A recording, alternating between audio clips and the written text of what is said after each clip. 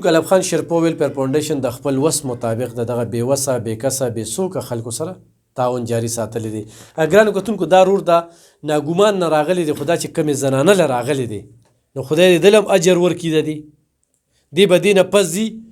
ځان له به چولې خرڅوي مزدوري به کوي. د هغه زنانه ملا ماته شوې ده. هغه زنانه دلته کې د تېرو 4-5 کالو راسې مسلسل راځي، روژه کې هم راځي او بغیر روژه هم راغلی ده. 4 بچي دي، یتیمان دي، کونډه ده. د ډېر څه ورته ضرورت دی، خو د وړو ډېر زیات ضرورت دی. ولې خو نور سنین وړه په دې حالاتو کې د اوبو سره د ټماټرو سره د هر څه سره وخت او دا پین وړه دي. نو ورور مې د دغې زنانه څه صورت حال دی، څونه وخت نه راځي او تا ته څه وي؟ 4 کالو نه دلته راځي دي او ما خپل کار چې کوم دی او ماشوم ته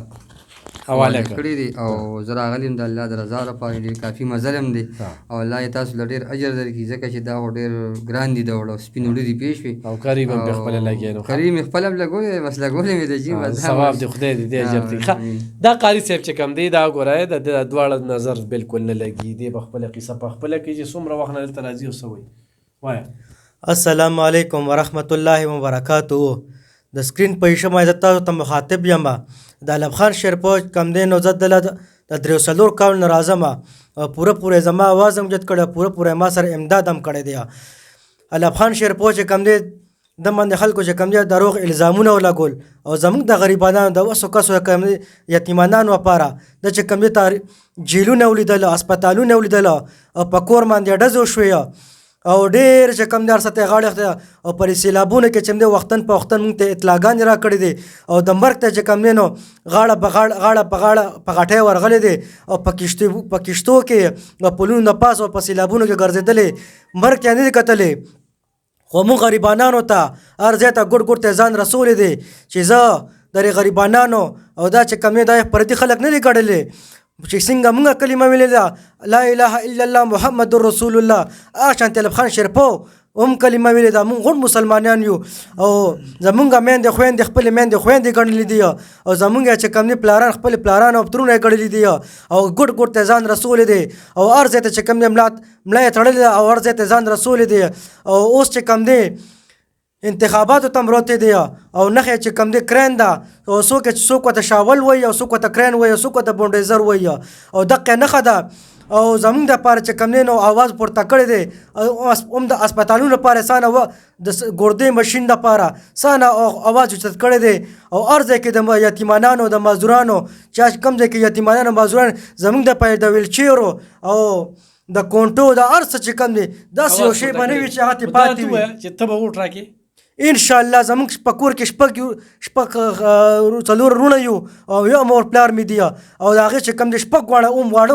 واړه غټ اوټ چې کوم دی دقه کرین نښه یاد ساتئ او بالکل داسې د پاسه کرین د پاسه وښیه او کمپین به کې انشاءالله ولې نه. زمونږ دپاره دا ډېرې هلې ځلې کړي دي او هر